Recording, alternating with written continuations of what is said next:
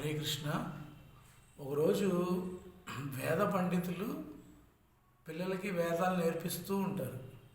నేర్పిస్తూ ఉన్నప్పుడు గోపికలు ఏం చేస్తారంటే, కృష్ణుడు బాల్య రూపంలో ఉన్నప్పుడు కృష్ణుడి దగ్గరికి వెళ్ళి కృష్ణుడికి సేవ చేస్తూ ఉంటారు. సేవ చేస్తూ ఉంటుంటే అప్పుడు వాళ్ళలో ఒక వేద పండితులు ఒక ఆయన వచ్చి ఆ వేద పండితులకు చెప్తాడు, వేదాల సారం మొత్తం శ్రీకృష్ణ పరమాత్మ, సాక్షాత్తు శ్రీకృష్ణ పరమాత్మ బాల్య రూపంలో వచ్చినా కూడా మీరందరూ కూర్చొని పిల్లలకి వేదాలు చెప్తున్నారండి. ఆ గోపికల భక్తి చూడండి, గోపికలు శ్రీకృష్ణుల వారికి సేవ చేస్తున్నారు, అది భక్తి అంటే అని చెప్పి ఆ వేద పండితుల్ని ఆయన చెప్తాడు.